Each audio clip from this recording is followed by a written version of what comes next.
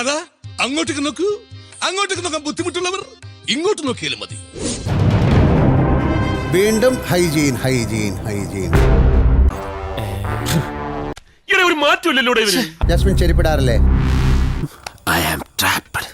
വെറുതെ കഴിഞ്ഞ ആഴ്ച നടന്ന കാര്യങ്ങൾ പറഞ്ഞ് എന്നെ നാറ്റിക്കരുത്. ഒന്നിനും വിശ്വസിക്കാൻ കൊള്ളില്ല. ജാസ്മിൻ ചെരിപ്പിടാറില്ലേ? ഇല്ല. എന്താ?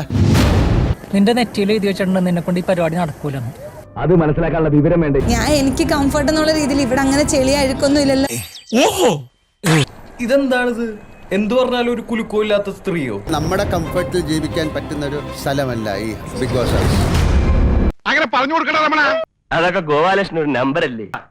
കളിക്കുന്നത് അതിൽ വേണ്ട തെണ്ടി. എന്നെ മാത്രം എയിം ചെയ്താണ് പറഞ്ഞത്. അങ്ങനല്ല. എന്നെ മനഃപൂർവ്വം കരിവാരിത്തേക്കാൻ കുറച്ച് ആൾക്കാർ ഇറങ്ങിയിരിക്കുകയാണ്.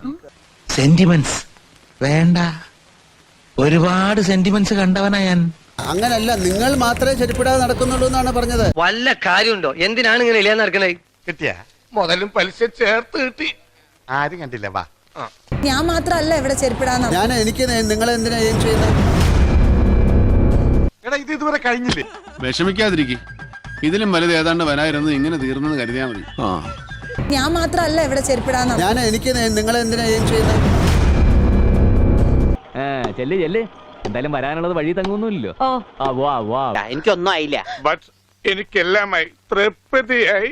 എങ്കിൽ ഞങ്ങൾ പോകാതെ